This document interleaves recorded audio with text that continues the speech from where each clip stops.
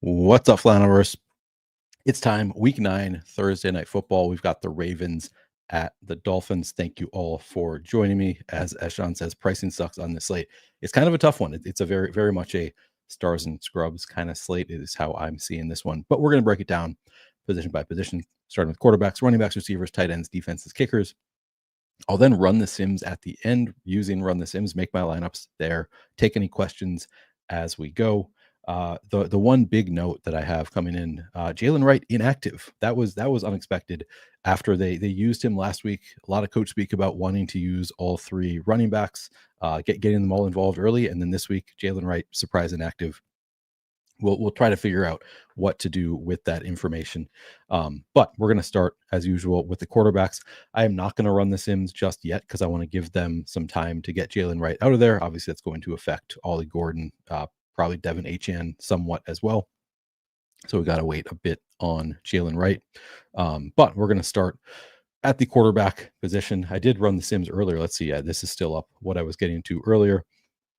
The ownership projection is probably going to change here. Maybe I'm just going to refresh rather than trying to use data from this morning because I'm sure a lot of this has changed. So give me a second here. Found a couple more angles, I think, based on like some coach speak, some things that I read since this afternoon slate breakdown with Adam, finding some different things more interesting. But let's get into what we have here. So Lamar Jackson projected for 53% flex ownership, 30% captain ownership at 11,800. That is significant ownership for Lamar Jackson. I do kind of like some of the value options on this slate, so I don't hate the idea of spending up for Lamar Jackson quite a bit.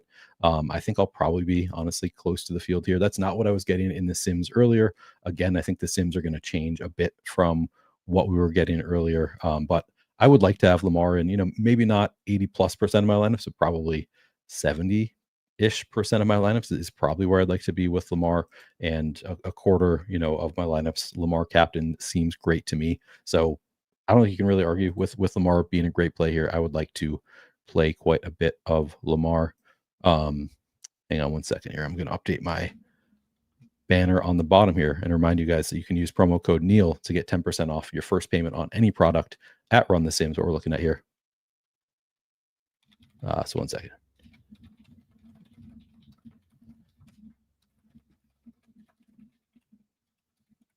Also, there is a link in the description of the video if you want to check it out there.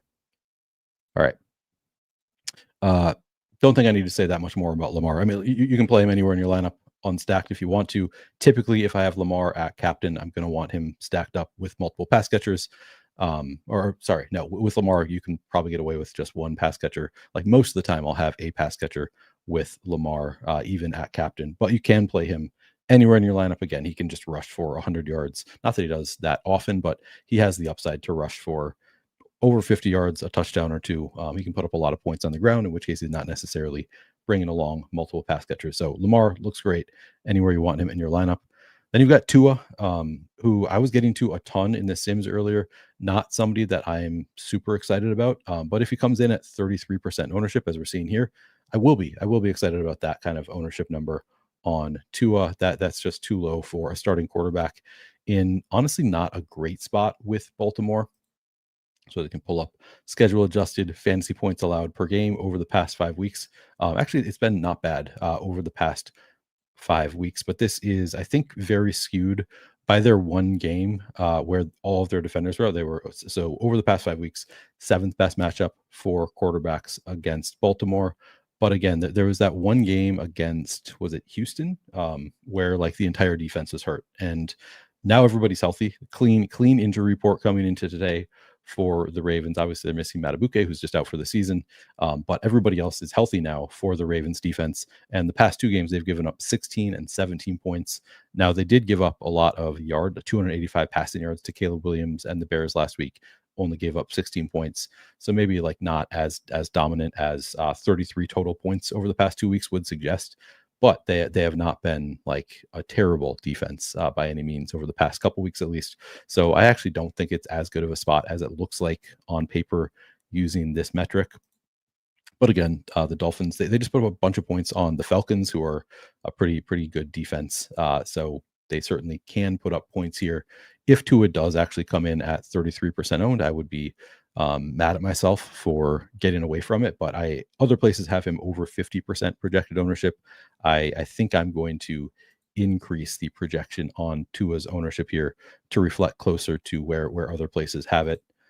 Actually, yeah, I'm looking at another source that has him sub 40%. So maybe he does come in lower than I was seeing earlier in the day. Maybe I want to just move the ownership closer to 40% ish on Tua, but I'll obviously get less than I'm getting to now.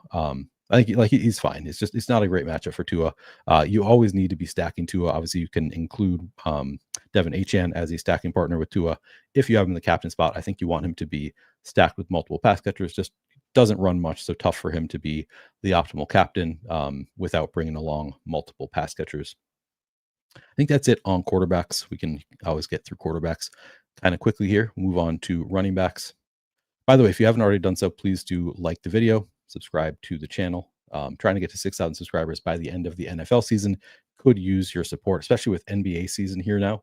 People are leaking out, moving over to NBA. So I need all the support I can get trying to grow the channel here. Let's move on to running backs. Darth Carter says Achane and a bunch of Ravens is a lineup. I think that's fine. I don't think that's like suboptimal. Certainly he could be the player that you need from the Dolphins. Not unlikely with Devin Achane. Don't hate that one bit. But we'll start with the Ravens side.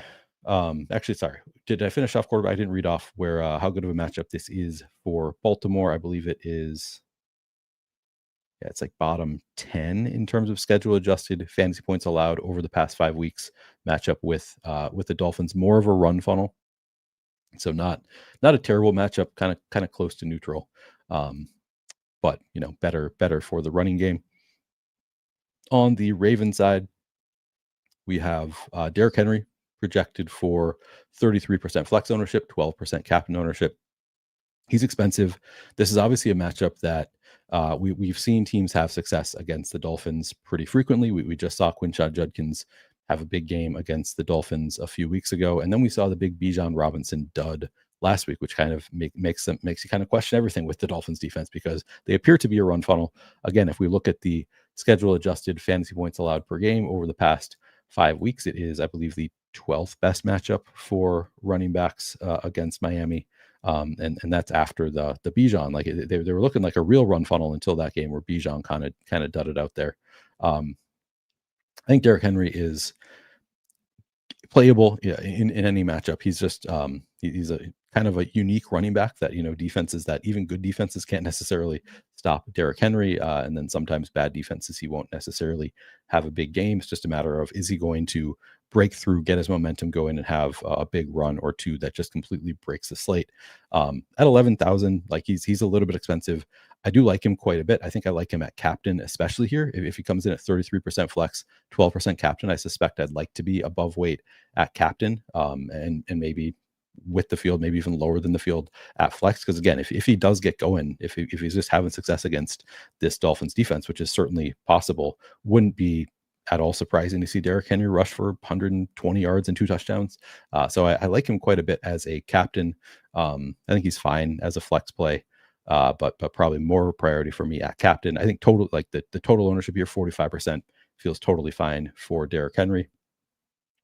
Outside of Derrick Henry, we have Justice Hill, who projected for 24% flex ownership, 1% captain ownership. And then Keaton Mitchell is active for this game. He's 1,400, 3% flex ownership. And I, before we get into like Justice Hill, I want to read off the coach speak on Keaton Mitchell, because I had not read this when I did the show this morning. And it's pretty interesting because we haven't seen Keaton Mitchell play with Lamar Jackson yet this season. And the coach speak was all like, yeah, it's tough to get him out there because we have Derrick Henry and Justice Hill. We just don't have a spot for Keaton Mitchell on the roster, was what Harbaugh had been saying earlier in the season. But they've kind of changed the tune there on Keaton Mitchell. So let me read off the coach speak. I'm just pulling it up here in the Coach Speak Index Discord. Highly recommend checking out the Coach Speak Index Discord if you haven't already done so. But the coach speak on on Keaton Mitchell on the 26th. So it was just this week, said, one of the many things, this is John Harbaugh's post-game presser last week, one of the many things we looked at during the bye week was tagging plays for Keaton Mitchell. We just said, we got to do it. You want to make sure that Derrick Henry gets his reps and Justice Hill is effective, but we just said that we have to go tag plays for Keaton Mitchell and make sure we get him the ball. Now, that was the post-game presser, and he was talking about that game that day. So that was last week's game on Sunday. So who knows if that is still the case moving forward. Again, he said we came out of the bye wanting to tag plays for Keaton Mitchell. Maybe that was specifically in that game without Lamar Jackson. I'm still not 100% sure that Keaton Mitchell is going to have a role on offense today. Thanks, Josh. I did not play NBA today. Can't do it with Showdown. So I read that as it could mean multiple things. It could mean like, hey, we want to get Keaton Mitchell more involved going forward. We see his talent. We need to get him the ball. Or it could have just been we tagged him coming out of the bye this game without Lamar Jackson. We want to get him the ball. I think that he's going to get some touches today, and he's 1,400. So I do like the play a little bit of Keaton Mitchell. It's going to come down to ownership. He's only getting did I say 3% projected ownership. So I do think that I want to be wait on 3% Keaton Mitchell. I just want to call it like there is the possibility he has been returning kicks, so there is some possibility that he's active for the kick returner role and not for offensive snaps. But I read the quote to be more likely to be like they want to get him more involved going forward, especially because he had at least one really nice run last week. I think he had a pretty strong game overall. He's a talented running back, so I think they're going to continue to try to involve him here and there. Probably not a huge role, but at 1,400 doesn't really need that much to pay off. Obviously has huge contingent upside if anything were to happen to Derrick Henry. I think in a blowout he would come in. So I actually like Keaton Mitchell quite a bit, all things considered. At 1,400, he's going to be kind of a stand. I'm going to want to be probably in double digits on Keaton Mitchell at the very least. Justice Hill, I also think is a reasonably strong play. He's only 3,600 projected for 24% flex ownership, 1% captain ownership. Again, this is a positive matchup for running backs overall. Now I want to see, let's break this down. I guess this is the full season. So let's just see the full season involvement for I did the wrong team here. So Justice Hill, 16 carries on the season in 7 games, so just over 2 carries per game, but it is 23 targets, so more than 3 targets per game on 43.4% route participation. Overall, fairly strong role for Justice Hill. I don't really think his role has changed from what it was last year. Like I think he's just going to be used in situations where they're down, and we saw, if you just look at last year's numbers here, I'm going to pull up the numbers for just the fantasy point totals. This is PPR fantasy scoring. Several spike games for Justice Hill last year. Like he'll have the games where he doesn't do anything, but then, week 1, 11.5, week 4, 21.6, week 7, 13.8.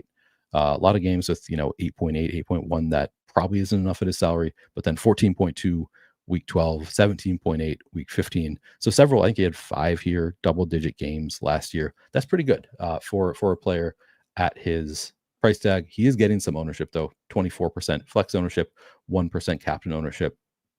I don't really know that I need to be above weight on those numbers for Justice Hill. I think I probably want somewhere close to what he's getting in terms of ownership.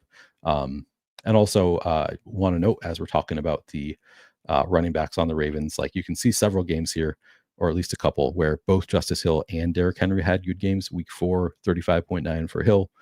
For Henry, 21.6 for Hill. Week 7, 25.2 for Henry, 13.8 for Hill. So like in the games that Justice Hill did well, it wasn't necessarily at the expense of Derrick Henry. There were some of those games where, like, week 15, Derrick Henry just put up 6.7. They both put up 14 in week 12, but we did have some games where they both put up nice scores here. I think they're capable of scoring together. So if you're playing 150 lineups, I certainly wouldn't set a rule against having Derrick Henry and Justice Hill in the same lineup, and certainly not Keaton Mitchell either, just because he's so cheap. You probably don't need that much for Keaton Mitchell to pay off his price tag there. All right. Anything else? Nothing else from the Ravens running backs. I think that covers them pretty well. Yeah, let me refresh and see if we've got an update without Jalen Wright in there, because I'd like to run the Sims and kind of see what I'm getting to right now, get things going. Jalen Wright looks like he's still not getting any rushing market share, still just slight. I'm just going to get rid of his market share receiving and call it good after I normalize. All right, well, I'm going to call it good for now. I'll rerun the sims later on, but I am going to just get these sims going and then start talking about the Dolphins again without Jalen Wright. So it's going to be Ollie Gordon. It's going to be Devin Achane. And hang on. Let's see how many lineups I've got.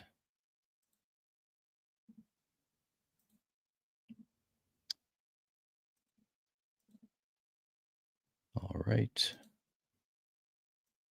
Playing a lot of lineups tonight. Mostly low stakes. All right, I'm going to get those running. So the Dolphins, 10th most schedule adjusted, or the Ravens defense has allowed the 10th most schedule adjusted fantasy points per game over the past 5 weeks to running backs. Again, there was a game in there where like the entire defense was hurt and they gave up 1 billion points. I think that does make them look like a better matchup than they actually are for running backs. So keep that in mind, that these numbers are a bit skewed by that one game, but it has been a fairly neutral matchup for running backs against Baltimore this season. And then pretty strong workload for Devin Achane. I was going to come into this liking Jalen Wright quite a bit at 1,000. I thought the price tag was nice, and now he is inactive. So we can just look at the season for Achane, Gordon. This is going to be kind of reflective of their roles. Achane, 107 carries in 8 games, but he has 50 targets on 65% route participation in those 8 games. That is really strong. I mean, that's six targets per game for Achane. And he has games where he spikes to double digits, along with getting a fair amount of work carrying the ball. I think he looks like a very strong play here. In a vacuum, he is coming in at similar ownership to Derrick Henry. In a vacuum, I do prefer Achane to Henry as long as they're getting basically the same ownership, because they are about the same price tag and about the same ownership. So with the price and the ownership, yeah, I'll take Achane with his passing game involvement over Henry most of the time. I like quite a bit of both of them, though. Don't take this as an anti-Henry stance. Just Achane just has a better role in his team's offense than Derrick Henry does. So again, if they're going to come in at the same ownership at the same price tag, I would prefer to have more of Achane than Henry, but I like them both quite a bit. Desiree says, saw you in the mini max and didn't know the pros were even allowed with us little guys. I was not allowed in anything under like $5 for several years, and then last year they let all of us back in. I see shady advice in some of these low dollar contests, which seems crazy. But yeah, since I'm allowed in, I'm gonna be playing the lower dollar stuff. So I think Achane looks like a very strong play, just given the role. Now he does likely cede any kind of goal line carry opportunities to Ollie Gordon. Ollie Gordon just works out better as the better goal line back. I actually wanted to look at how many opportunities Ollie Gordon has actually gotten. So let me pull that up actually.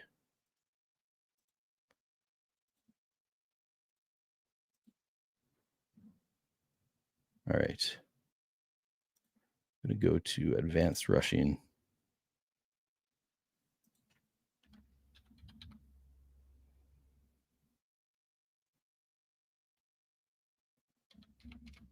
Okay, I have to refresh this.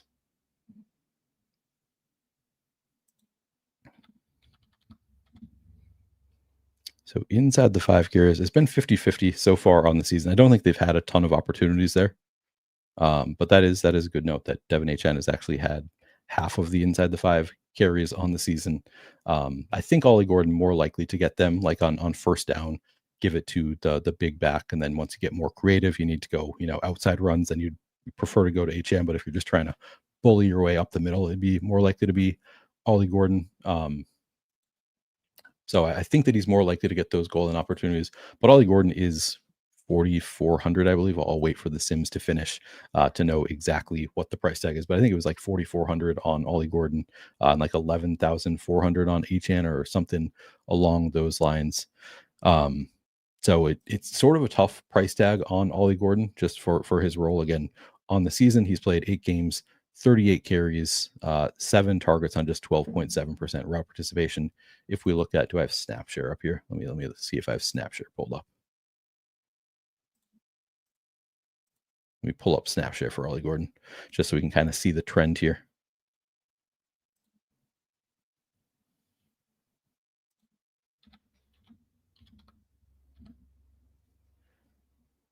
So Ollie Gordon, I saw him. Okay. Yeah, I'd say like a slight positive trend, but honestly, it's fairly flat. 26.1% snaps in week 1, then down to 11.5, up to 25, 24, 25, 26, 25, 32, 31. So the past couple games, his first 2 games getting, over 30% of the snaps. I guess that's a positive for Ollie Gordon. I was gonna full fade, and then Jalen Wright is out. So now with Jalen Wright out, I kind of think, all right, we're back to basically a 2-headed monster here with Ollie Gordon, and so he's gonna have, I think, a little bit more standalone value without Jalen Wright there, and then on top of that, he has awesome contingent upside. If anything were to happen to Devin Achan or a blowout, I think Ollie Gordon might get some run. So now I'm kind of back in. If Ollie Gordon is not going to be high owned, which I don't think he's going to be. Let's see. Projected for, yes, 4,400 projected for 7% ownership. As you see here, now at this ownership number, I'm getting to 13% in the flex, 1% of cap. And I think that's fine. Like I don't want to take a huge stand on Ollie Gordon, but I do think with the absence of Jalen Wright, he goes from kind of a bad play, almost unplayable at 4,400, to like, all right, that's actually pretty strong play, just given more of a standalone role, and then on top of that, has contingent upside, if any, different scenarios where he has contingent upside.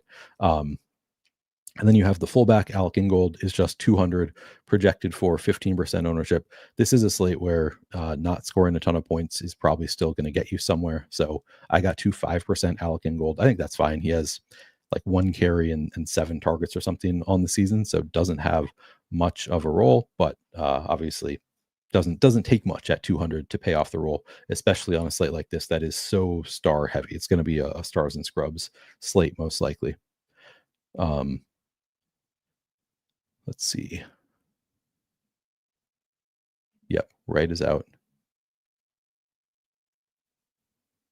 Yeah, I mean, I'm not predicting a blowout, to be clear. I'm just saying like it can be a blowout. Like even a game that doesn't have a huge spread can obviously blow out. I'm not telling you anything you don't know. But that's certainly one way this game could go. Wouldn't surprise anybody. Anything else on running backs? I think I've covered everything. Yeah, I think I've covered everything. So I guess I can go over what I got in that run of Sims now that I have it. So Achan, so he's 11,400, project for 35% ownership, 24% captain ownership, compared to Derrick Henry is 11,000, projecting for 33% flex, 12% captain. So Derrick Henry projects for half the captain ownership, about the same flex ownership, $400 cheaper. I still got to way more Achan, which just shows you how much better he projects.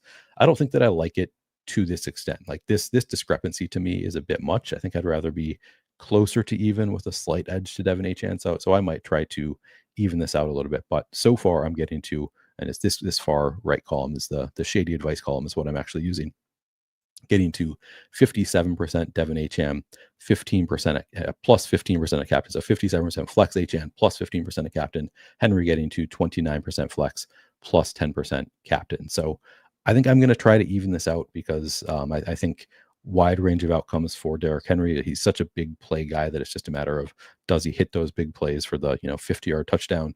And I think this is a fine spot for him to do so against the Dolphins, who have given up some big run plays on the year. So I like him better than this would indicate. But that is what the Sims are giving me, is a lot more Devin Achan. Justice Hill at 3,600, project for 24% flex, 1% captain. I got to 10% flex, basically none at captain. Ollie Gordon, again, 7% flex. I got to 13 at flex plus 1% captain. Alec Ingold, I'm underweight. Keaton Mitchell, I am just slightly overweight, 3% flex. I got to 5% I think I want more than that of Keaton Mitchell. I think like the coach speak is enough that I'm kind of intrigued.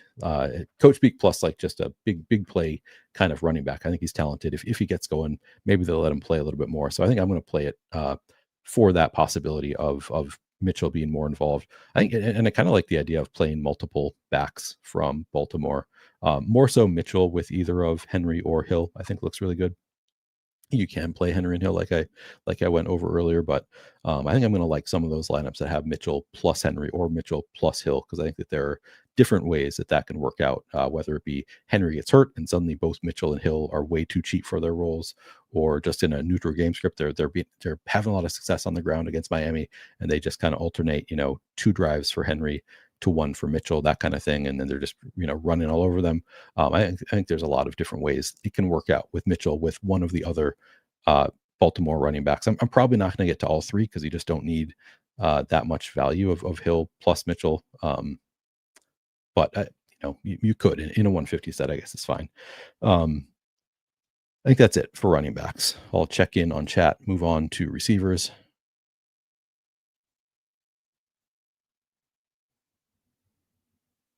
All right.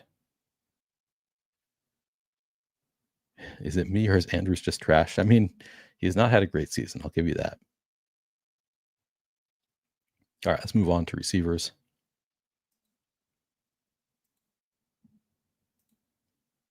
And so on the Dolphin side, was hoping to get some clarity on the like 4th and 5th receivers here with Cedric Wilson, D. Esker. Did not get that clarity. They are both active.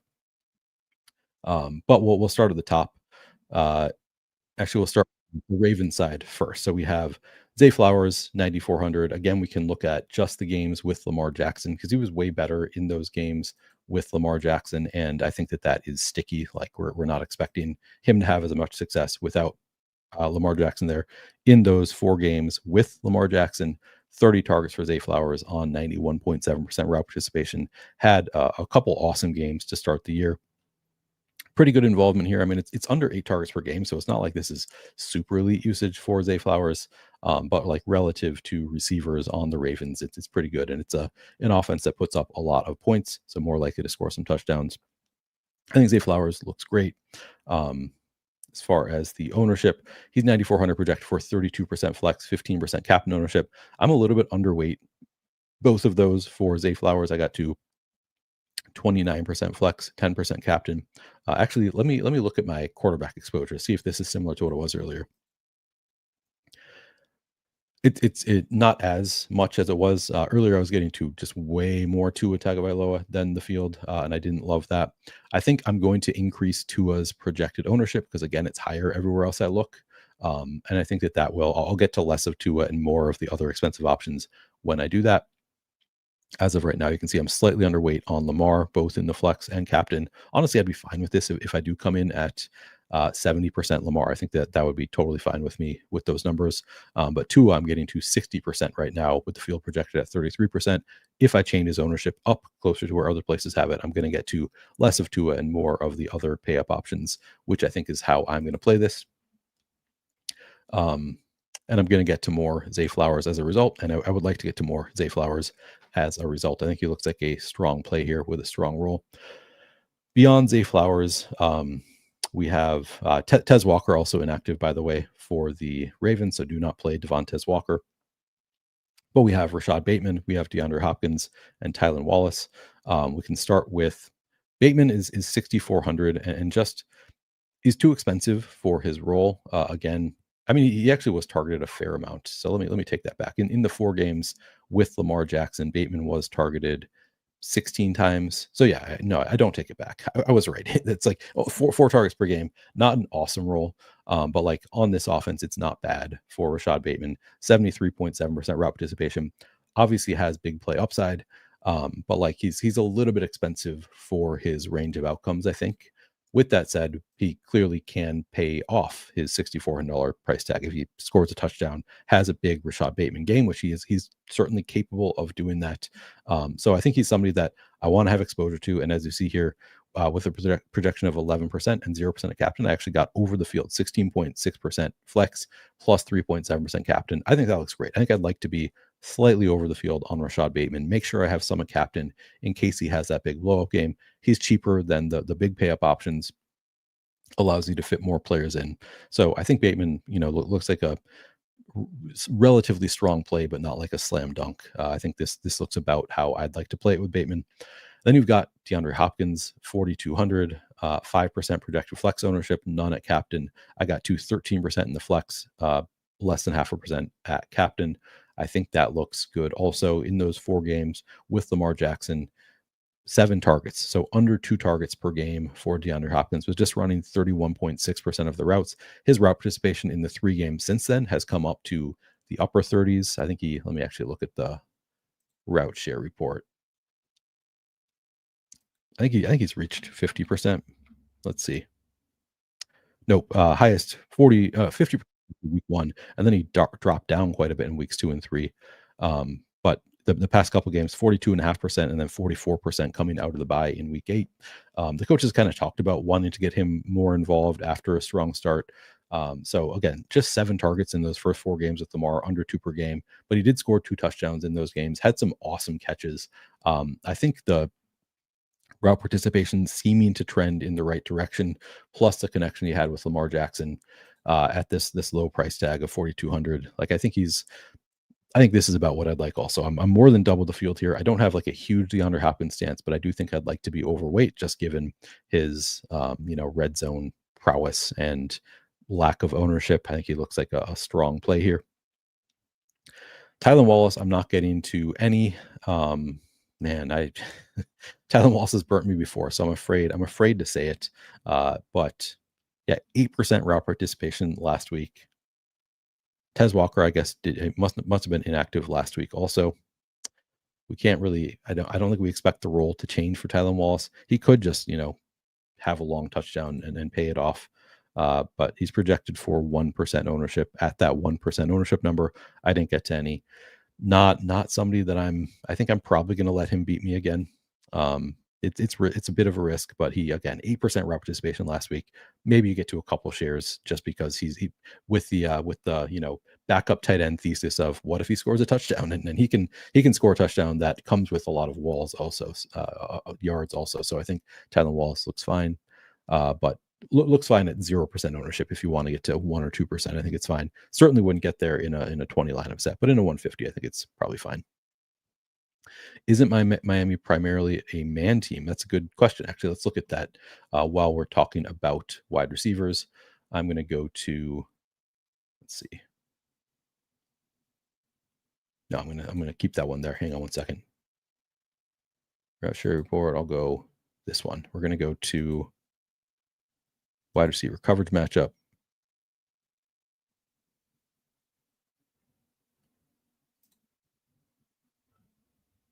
Yeah, they are. Looks like they're 3rd in terms of their man coverage rate. And who does that benefit? Let's see.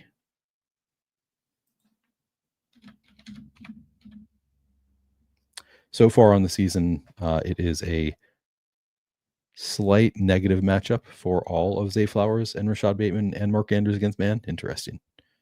With a 28% man coverage rate. Wait, did I read that wrong? 28% man coverage. Oh no, wait. It's the Ravens play a lot of man. Miami does not play a lot of man. Or they, not at the top. They're kind of middling in terms of man coverage rate so far on the season, 28.2% on the season.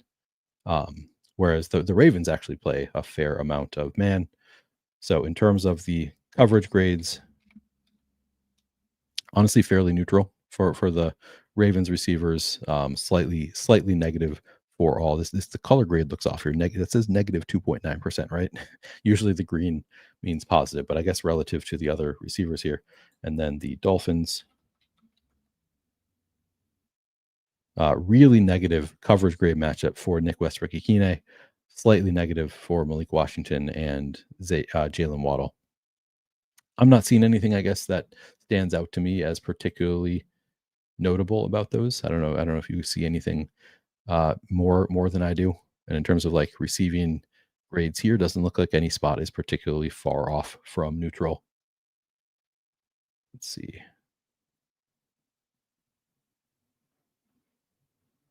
Where's Miami? Oh, here they are.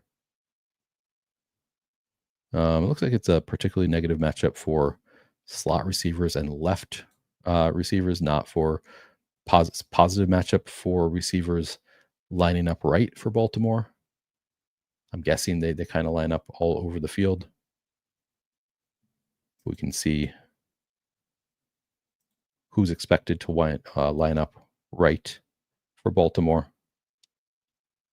would be Rashad Bateman. So if you want to read into that metric, it looks like it is a positive matchup for where Rashad Bateman lines up.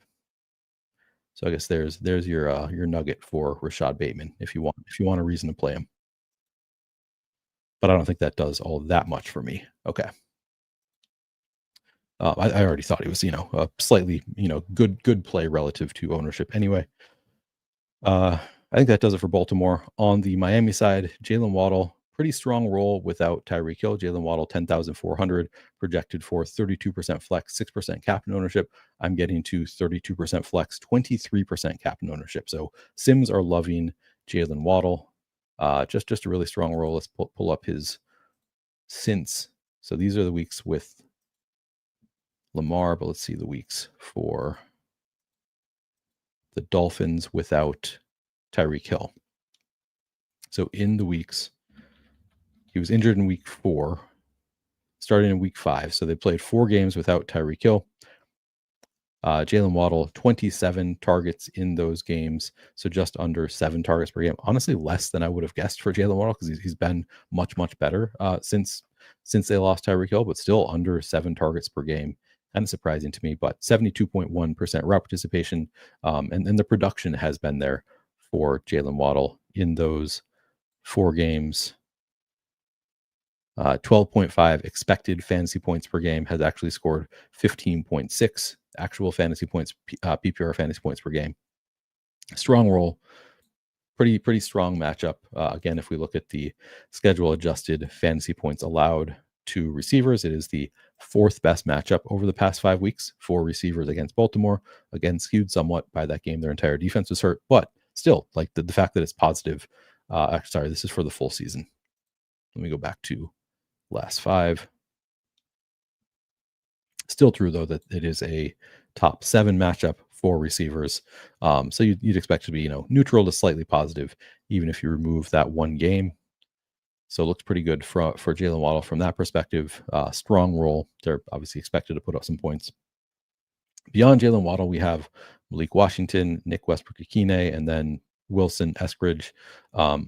Looking at the usage without Tyreek Hill. So over those 4 games, Malik Washington, 22 targets. So over 5.5 targets per game, 60.7% route participation. Not a bad role for Malik Washington. Then you have Nick Westbrook-Ikine, 55% route participation and 8 targets in 4 games. So just 2 targets per game over that span. Now, I do think it's notable with Nick Westbrook-Ikine. I actually want to pull up the game log here, I think, because we had some positive coach speak. Let's see. Week and opponent.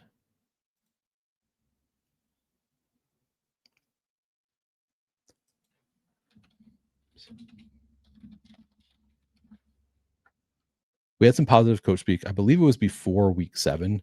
And I'll actually read off the coach speak on Nick Westbrook-Ikine.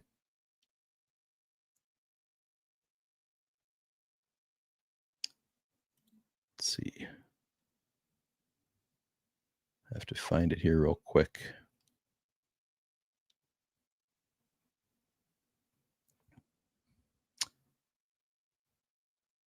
There's a lot of coach speak here. He loves talking, this guy.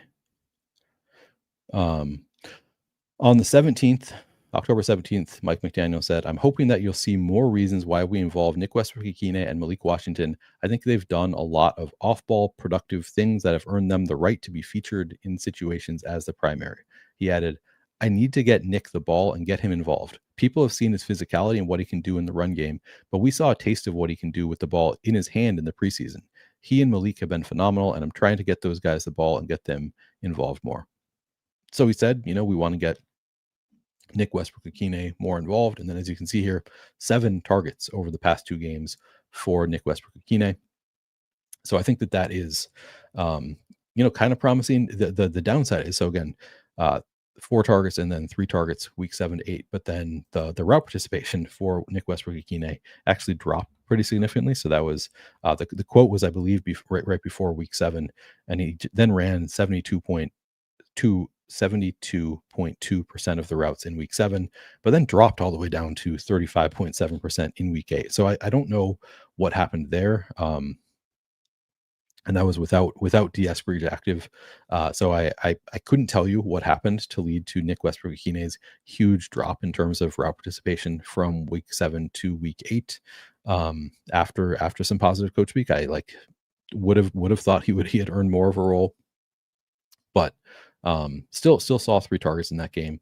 So I think he's a strong play at 3,200, but I don't know that I want him. 22% is quite a bit of ownership for Nick Westbrook-Ikhine. As you can see here, I only got to 2% flex, 1% captain. I'd like more than that, just because, again, we got some positive coach speak. He's been targeted a bit lately. Hendrick says it's because he's used mainly against zone. Is that right?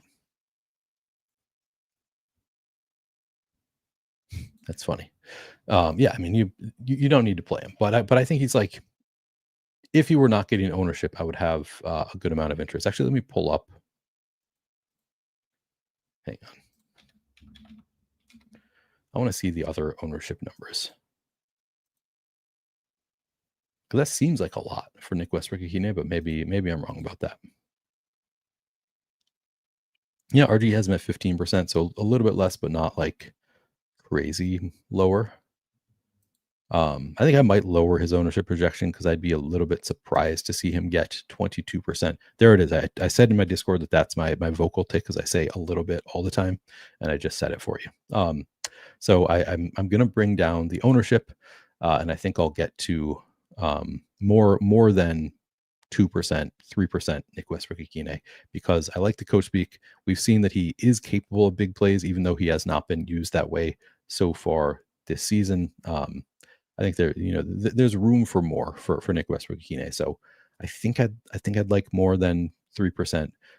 But again, that's sort of concerning, seeing the big drop in. So you're saying they only use him against zone. And what does Baltimore play? We just looked at it. Oh, so this is a super bad, because they play 41% man, which is a lot of man. So this looks like a particularly bad matchup for Nick Westbrook-Ikhine. We probably expect that. That's a good note. So maybe we don't want a ton of Nick Westbrook-Ikhine. I still think like 3% is lower than I'd like. But yeah, if they don't use him against man and Baltimore plays a lot of man coverage, that's a reason to not want to play too much if he's getting steam, which he appears to be. But I think I'm going to bring down the ownership a bit, just in line with other places on Nick Westbrook-Ikhine.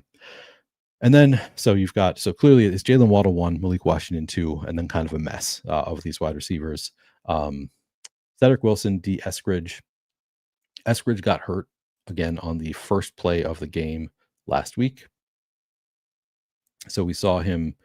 So he only ran 0% route participation after being at 30.6 in week 7. So appeared to be kind of trending upward for Eskridge, like he was earning more of a role without Tyreek Hill, and then got hurt. So I don't know what to expect from, like, is he going to take on more of a role? Or last week we also had Cedric Wilson had not played an offense, or had not run a route on the season yet, and then suddenly he was running 25% last week. So I don't know if Eskridge, I mean, I guess the fact that he was out there early, I think it was in the first quarter, I believe. I assume it's his first play, not the first play. Maybe I'm wrong about that. But the fact that he was out there in the first quarter probably means he has some role. It's not just Cedric Wilson taking over. I don't have a great read on Cedric Wilson versus D. Eskridge.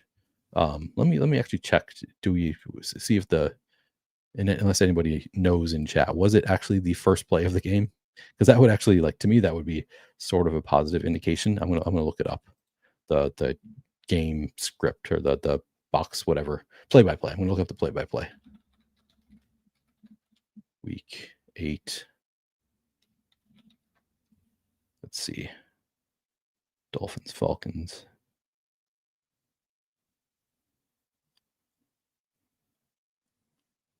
One second here. I should have looked this up. Did not think to look this up earlier.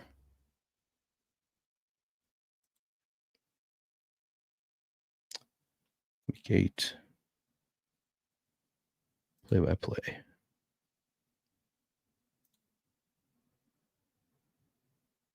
First play, incomplete. So it was not the first drive.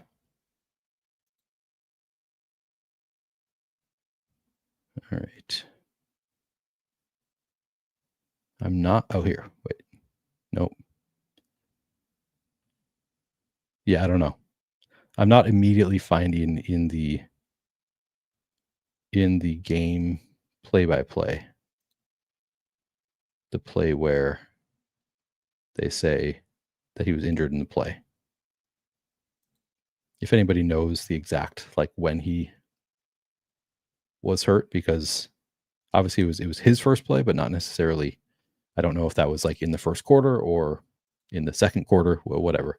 Anyways, I'm not going to get into it anymore because it's kind of a, not super significant point, but it would be kind of useful to know when that injury actually happened, because it might give us some idea of the rotation of Cedric Wilson versus D. Eskridge.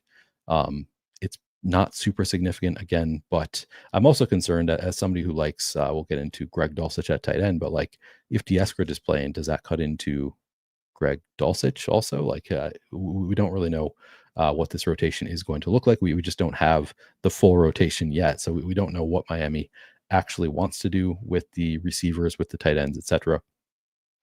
But I think, so let's look at the ownership. I think it's kind of a fade the ownership spot. Here, both are coming in at 6% ownership, and I'm getting a little overweight to both. I think that seems right, just to get overweight on, because they're super low price and low ownership, just kind of spread it out a bit to Cedric Wilson and D. Eskridge. Currently, I'm overweight on both. That seems good to me. It's tough because I want to get to a bit more Nick Westbrook-Ikhine, and I haven't seen any like of the low owned guys that I want to sacrifice to get to much more of Nick Westbrook-Ikhine. So generally happy with what I'm getting here, other than don't love getting to 3% Westbrook-Ikhine. Well, we'll see if there's another spot that I can sacrifice to get to a bit more there. I think that's it as far as receivers go. So we can move on to tight ends. I'll check in on chat. All right, so this has been a big change since this morning, when I was not getting to much Isaiah Likely. Now I'm getting to all the Isaiah Likely, which I feel better about getting to all of the Isaiah Likely versus none of the Isaiah Likely. He is 2,000 projected for 28% flex ownership, 1% captain ownership. With those numbers, I am now getting to 53.5% at flex and 6.6% at captain. So well over the field on Isaiah Likely at 2,000. I think well over the field is where I want to be. I don't know if it needs to be to this extent. I think I could maybe cut back slightly. Maybe that's where I can get to a bit more of Nick Westbrook-Ikhine. But yeah, I think that this is directionally where I'd like to be with Isaiah Likely. Then you've got Mark Andrews. He's 5,000 projected for 36% flex, 2% captain ownership. I'm getting to currently 11% flex, 1% captain. So well under the field on Mark Andrews. Again, looking at schedule adjusted fantasy points allowed to the position. It is a slightly negative matchup for tight ends against Miami. It's also a slightly negative matchup for tight ends against Baltimore. Not really seeing too much to read into there. But just the $2,000 price tag on Isaiah Likely is too cheap. And we have not seen him with Lamar Jackson yet this year. So if we look at, actually, we don't have to look at I'll just look at the route share report. So Lamar Jackson played fully the first 3 games of the year with Isaiah Likely out. Then Lamar got hurt midway at some point, I think late in week 4. And Isaiah Likely did run 47.5% of the routes in week 4. But then Lamar Jackson's been out the past 3 games, 43% route participation for Likely in week 5, 80% in week 6, 56% in week 8. He's obviously the production is going to come up significantly with Lamar Jackson. So I think in general, he's going to be under projected. We talked about this earlier, but like just his usage, his playing time this year has been mostly with Tyler Huntley and what's his name, Chase, whatever, the other Cooper Rush, who are just huge downgrades from Lamar Jackson. So you'd expect with Lamar Jackson out there, with his involvement in the offense, looking at what he's done historically, just a fairly strong play at 2,000. Again, I don't feel like I need to have 60% necessarily, but more than double the field right now on Isaiah Likely. But I do want to have, pretty at least 10-20% above the field. I think just he's too cheap. He clearly has upside, and has a, I think, fairly strong, I wouldn't say he's a strong floor, but he has a strong likelihood of hitting a number that you're pretty happy with. So 7 or 8 fantasy points is like he's not unlikely to hit that kind of a score. And like it's maybe not the score you need at 2,000, but it's also not killing your lineup. You have pretty good cash equity, and then he obviously has also pretty strong opportunity to put up 15 fantasy points. Nobody would be shocked to see that from Isaiah Likely, given his involvement in the offense.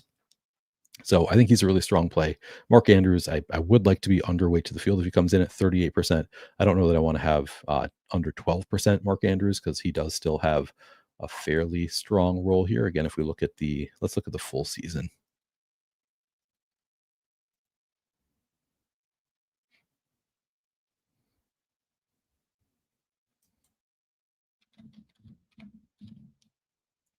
On the season, wait. Oh, I haven't. Sorry. Get rid of the filters here. On the season, 30 targets in 7 games, so over 4 targets per game for Mark Andrews, 64% route participation. Obviously, going to do better with Lamar Jackson. Should get more targets just because they're going to have the ball more often, move the ball down the field more. So you'd expect that target number to come up higher than 4 per game. Maybe it's 5 or 6 per game with Lamar Jackson. So he looks like a pretty strong play in a fine matchup here. You're kind of hoping for a touchdown for him to get there. This is kind of a lot of ownership for Mark Andrews, but he is going to look pretty good at 5,000. I'd like to be, at least have him in like 20 to 30% of my lineups, even if I'm going to be under the field overall. And then Charlie Kolar is 1,600 projected for 2.5% flex, 0.1 captain. I got to 0.4. That's about, I want to have a couple percent, I think, of Charlie Kolar. Not a huge stand I want to take. And then on the other side, we have Greg Dulcich and Tanner Connor. We only have one game of Dulcich and Tanner Connor together. That was Dulcich's first game on Miami. So let's see. Can look at the receiving work from just last week. Let's see. And last week. So this is actually split out by quarter, because I wanted to look at what it looked like, because it was a blowout with the Falcons. So kind of wanted to see what happened early on in the game. Thought it was kind of telling that Greg Dulcich ran 3 routes, which was 60% in the first quarter for Miami last week. Whereas we didn't see Tanner Connor come in until the second quarter, where he then ran 4 routes, which was 30.8%. So they ran a lot of routes in the second quarter. Dulcich still ran 3, so just one fewer route in the second quarter than Tanner Connor. So he's up to 6 to Tanner Connor's 4. And then in the second half, and again, this was a blowout, is where we saw the catch up. Tanner Connor, 2 routes run in the third quarter. We did not see Greg Dulcich in the third quarter, so kind of interesting. And then in the fourth, Dulcich, just 1 route run to Tanner Connor's 2. So I don't know. Interesting that we didn't see Dulcich or in the third quarter. I don't know what to make of that fact. After he started strong, you'd think that he would then come back in the third quarter and run some routes, and he didn't. So it's kind of all up in the air. It might just be, again, he doesn't know the whole playbook. He's new to the team now with another week, and also just kind of getting his feet wet last week. I think my expectation is that Dulcich is pretty likely to run more routes and like maybe be the lead tight end here. It's not clear. I'm sort of guessing at what's going to happen, but usually you see players come in, kind of get their feet wet, and then often you'll see them see a big jump in terms of the route participation the following week. I think we could see that with Dulcich. Again, it's not something that I'm extremely confident in, but I think that is a fairly likely scenario here. We also got some um, positive coach speak on Dulcich. So let me find that. It's basically just saying he's on the 23rd offense coordinator, Frank Smith said Greg Dulcich has really good ball skills, good speed down the field, really good natural pass game awareness, really good yak. His only hangup has been just consistency to stay on the field, having some soft tissue injuries, um, which I take that like kind of positive. Like, hey, when he's on the field, we really like him. He's a really, really good player. So I think that probably that's a good sign that they would like to use him a bit more.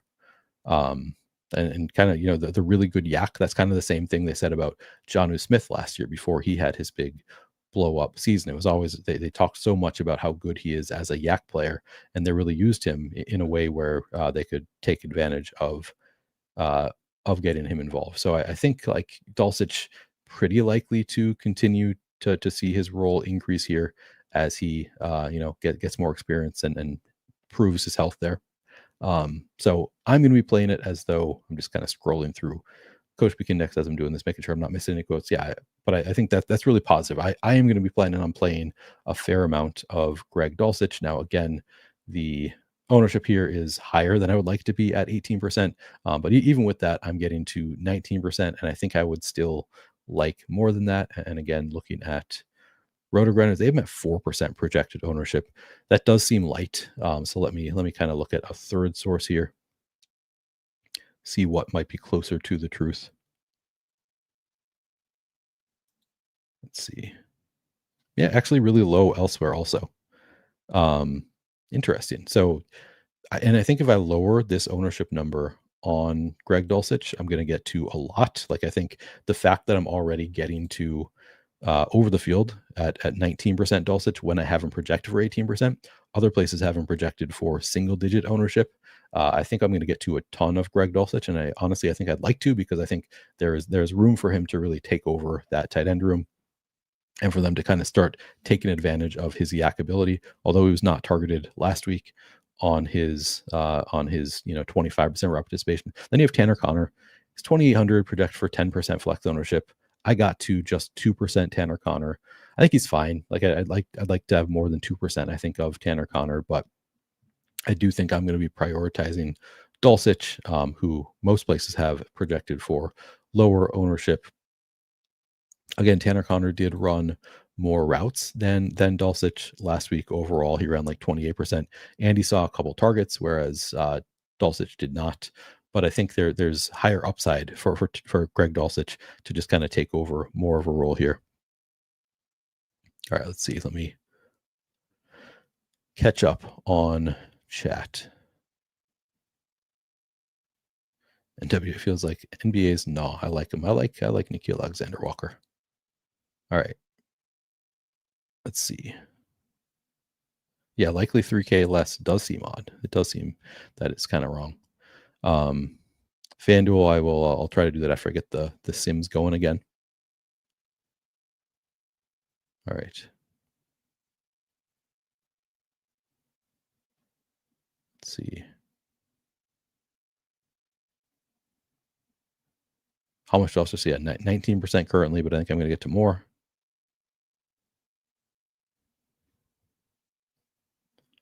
Let's see.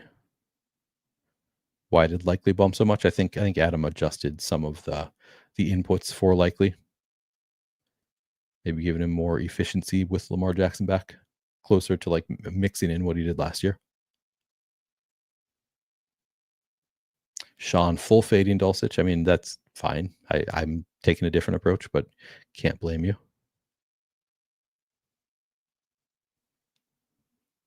Could it be possible that Ingold is the true tight end play for Miami? I mean, I think Ingold's fine. I think he's been targeted 7 times on the season. Like I don't consider Ingold like a true tight end, more of like a, think of him as a fullback more so than a tight end who, gets targeted occasionally. But Tanner Connor, OG truther. Uh-oh, Debro loves Tanner Connor. All right. Interesting. So you like him better than I do. All right. Defenses kickers. Let me look at that.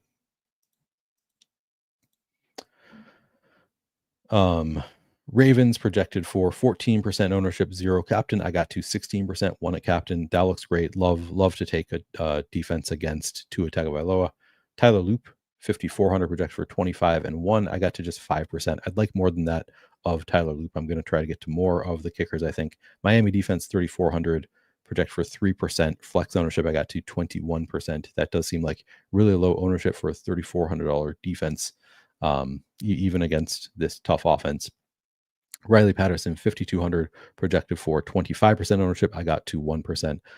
I might lower the ownership projection slightly on the defenses just because I don't want to like just get crushed by defenses tonight. I don't want that to be the thing that makes or breaks my slate. So I think I'd like to have 5 to 8% of each kicker. So I think I said defense. I think I meant kickers. Lower the ownership on the kickers because I don't want them to just absolutely crush me. I want to have some shots if they go off and the other players that I like go off. I don't want to be just ruined because the kicker ruined my slate.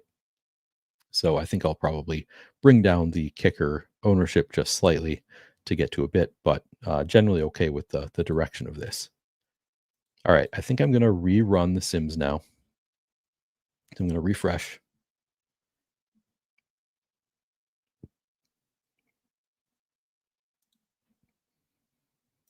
Reset all. Do we have... All right, this is still...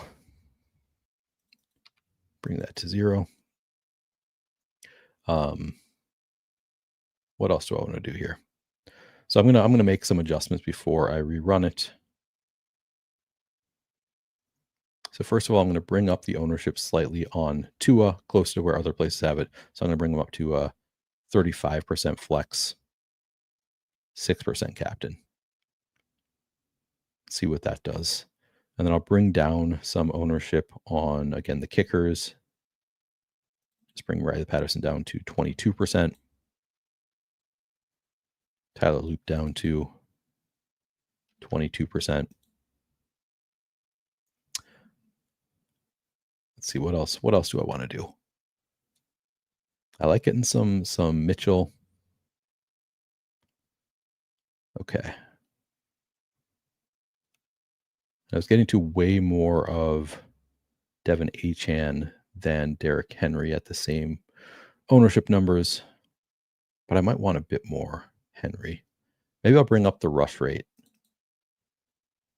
slightly.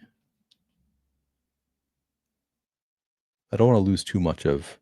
Oh, I can probably get rid of a bit of Isaiah Likely's the amount I'm getting to of Isaiah Likely. So I'm going to smart adjust here. Just bring Isaiah Likely down to 12%. Does that seem like a good idea? I don't know if that seems like a good idea. Let me think about this. Yeah, I'm going to bring him down to 12% and see if I still get well above the field there. And then bring up Keaton Mitchell to 2% receiving market share. And I'm going to bring the rush rate up to 50%.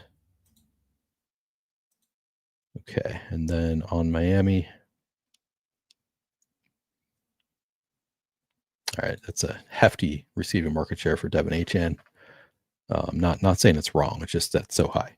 Let me see if I was already getting to a fair amount of Wilson, Eskridge. I think I'd like more Dulcich.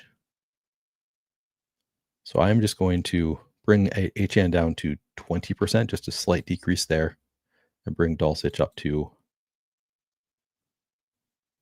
Oh, I got a smart adjust. Dulcich up to. Oops. 7.2. Oh, and I was going to bring down Dulcich. Ownership is all I really need to do. I'm going to bring him down to 15%. Westbrook-Ikine down to 19%. Man, a lot of these seem too high. So who's too low? Maybe HN.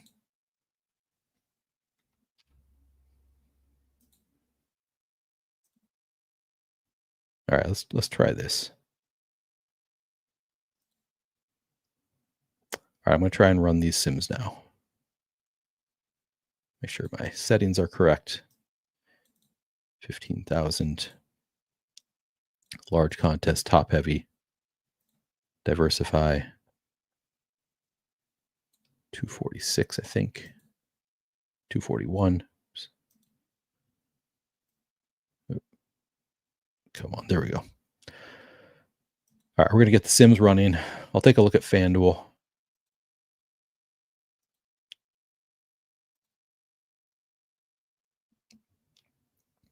Check in on chat. I should have put those lineups in just in case, huh?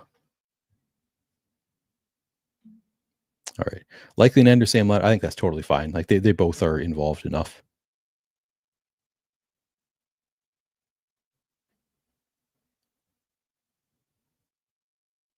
You can see Dulcich likely lineups combos having huge ownership because they open up the hang at maybe, but also like they're enough other low owned and low dollar like value options that I don't think those two in particular necessarily get steamed.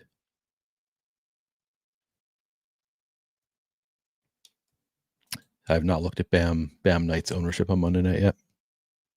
Thank you. I am a great tinkerer, usually to my own detriment, but I do a lot of it. Let's see. What's Gordon on? All right. All right, we are going to take a look at FanDuel.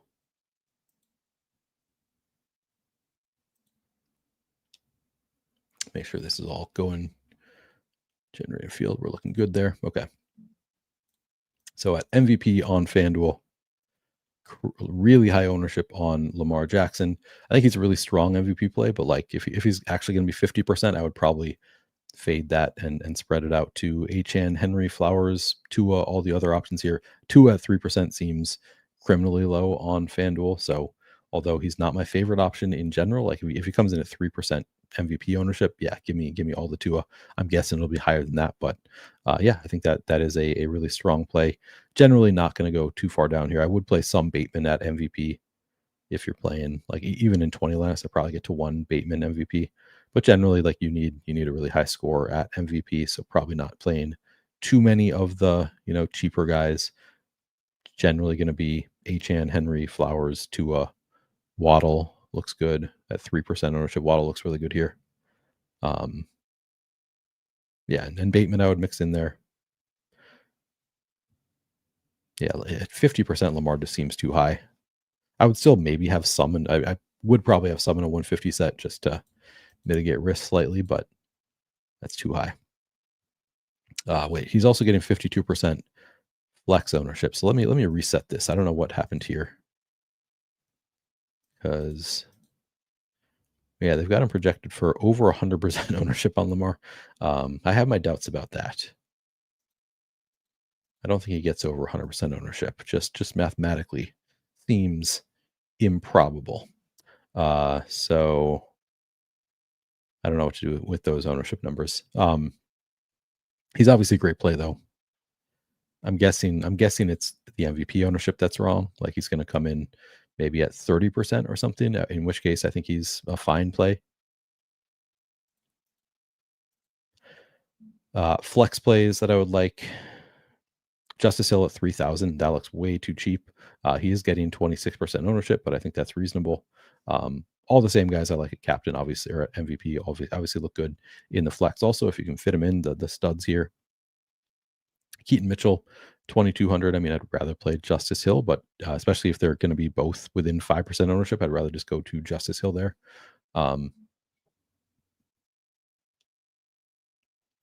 Bateman, 17% at 5,000 looks really good on FanDuel. That's like an especially strong play on FanDuel. 5,000 just way too cheap, and he's 17% ownership. Looks really good. Tanner Connor 5,400 here and getting about the same ownership. Like give me Bateman in that 1-for-1 all day. Likely at 3,800, lower ownership looks good. Gordon 5,600. The price a little bit tough. I think he's probably fine. What is Dulcich 2,000? Getting 1%. I mean, if he gets 1% ownership, give me all the Dulcich here. I think these ownership numbers are off for some reason, but I think he's a strong play at 2,000. So yeah, just looking at like the price tags and like where the ownership is probably going to be. He's probably going to be double digits. So I'm going to love Dulcich there. Hopkins looks good at 4,400 on FanDuel, 6.5% ownership.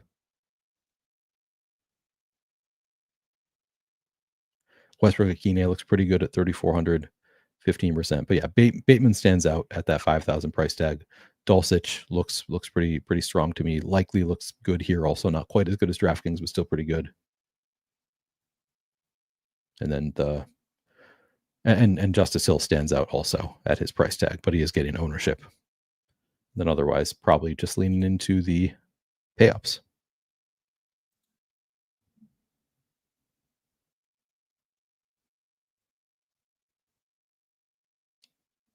All right. Who wins? That's a good question. It is in Miami. I think I still give it to Baltimore, though. They really need it. I think I give it to Baltimore.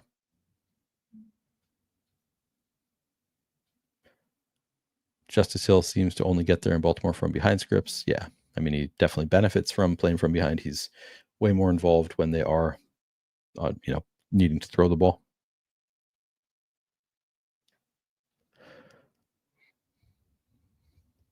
I think this is true. Bijan was obviously hurt by Kirk Cousins looking terrible and Drake London being out.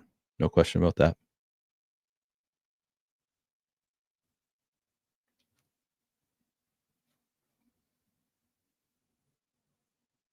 Who would you take straight up, Lamar or Derrick Henry on DraftKings? Probably Lamar. Favorite captain, one lineup in the main GPP.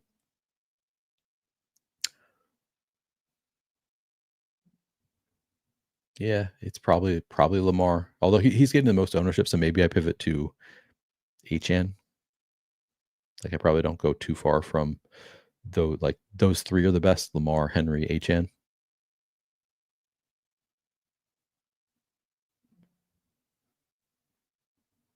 How is the Ravens' offensive line looking?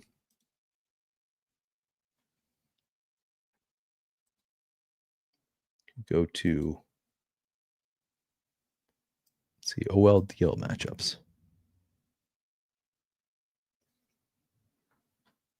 Looks like a strong rush grade for the Ravens offense versus the Dolphins defense, and a bad pass grade for the Ravens offense versus the Baltimore. So it looks like it's better for the running game in terms of the offense versus defense matchup.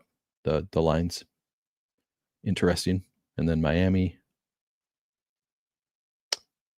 looks like it is better for the pass grade. They're second best in terms of the pass grade of the Miami offensive line versus the Ravens defensive line. That's interesting. All right, I got some lineups here. I'm going to download these and then take a look at what I got.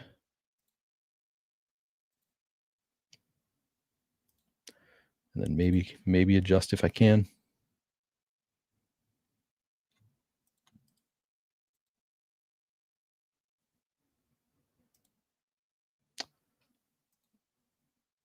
Hang on.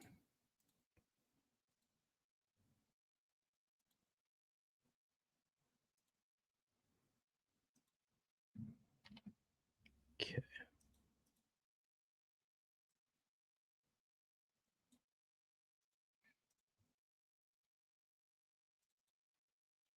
All right, got lineups in. Going to try to adjust real quickly if I need to. Top lineup: Jalen Waddle, Cedric Wilson, Derrick Henry, Greg Dulcich, Lamar Jackson, Tua Tagovailoa. Interesting. All right, let's look at the lineup. So in terms of the exposures, yeah, I got lesser of Tua now, under 50%, still getting 70%. Lamar looks great. Running backs, a lot of Achane, more Henry than I was getting before. Looks good. Not a ton of Justice Hill. Oh, I'd like more Keaton Mitchell if I could. generally happy with this, but I would like more Keaton Mitchell. I guess I'm already double the field, so I guess I'd be okay if this is where I'm at. I'm half the field on Hill, double the field on Mitchell, getting some Ingold, some Ollie Gordon. Wide receivers, I am well under the field on Zay Flowers, which I don't love. Fair amount of Jalen Waddle, 23% at captain. Tons of Malik Washington here, 36%. I did not see that coming. 16% Rashad Bateman, a bit over the field. That's where I'd like to be. Bit over the field on DeAndre Hopkins. Still under the field on Nick Westbrook-Ikine, but not by as much. Over the field on Cedric Wilson, D. Eskridge. Directionally accurate where I'd like to be. I might want a bit more Zay Flowers if I could. A bit less Malik Washington, I think. Tight end, I'm still getting well over the field on Isaiah Likely, close to where I'd like to be, 39% flex, 6% captain. Andrews, 13% flex. Dulcich, I'm at 25% flex, 2% captain. That looks great. Only 1% Connor does scare me, especially after getting the Debro endorsement there. I don't know if I have time to change that. 0.4% Charlie Kolar. Ravens and Dolphins getting a fair amount of both. Still not really getting to any Riley Patterson. All right, I think I have to accept generally, but I can. What I am going to do is maybe set some filters. So let me see if I have time to filter down. I think I'm okay with my quarterback exposures. Generally okay with running backs. I guess I don't really need to cut down off Waddle. I might want to cut down off my Malik Washington flex a bit, but I don't really want to sacrifice everything else. So maybe I just accept these lineups. I think it's like directionally where I'd like to be. Like I'm taking stands. I think I'm taking larger stands that I like to take in some spots, but I think I'm generally not far off from where I'd want to be. Would want more of the kickers, but it's difficult to like filter your way to more of the players that you like. I think you have to kind of rerun things to get there. So I don't think. Could you go back to wide receiver ownership on Malik? Yes. He's projected for 40% flex, 3% captain. Using those numbers, I still got to 36% flex, 1% captain using those numbers. So even as a project to be fairly chalky, I got to a lot of Malik Washington. Nick Westbrook-Ikine, that one is probably going to bite me, or I shouldn't say probably. That one could bite me pretty hard. If he gets 22% ownership, I only get 5%. Like I think he's a fine play at 3,200. I think I actually lowered his ownership too, and still didn't get to a ton. So it's scary, but I'm not going to have time to rerun a full sim here. So just going to have to generally accept what I'm getting here.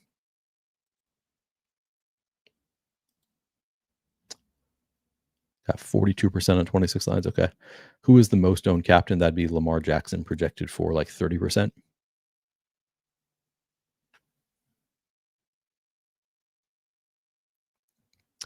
Optimizers probably over adjusted for tight end weekend. They are not IKB players.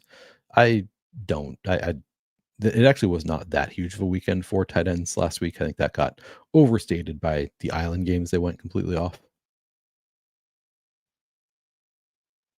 And low probability equals can be big. Yeah, can be.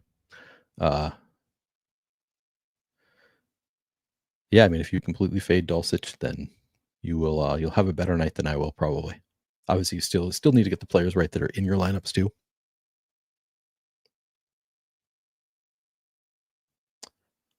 Let's see. Sean thinks Lamar is going to re-hurt his hammy. Hope not.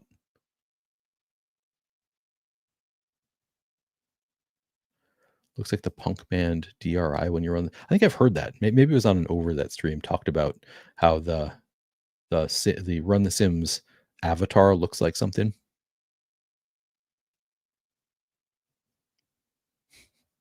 Never thought Methodology was going to be a beer drinking ex outfielder in pickup basketball leagues in Sleepy Old Vermont. Good dog bowl pod. Yeah. He and I are still trying to get to the dog bowl. We've agreed that if I get in, he's gonna be my +1. If he gets in, I'm gonna be his +1. So hopefully one of us gets into the dog bowl.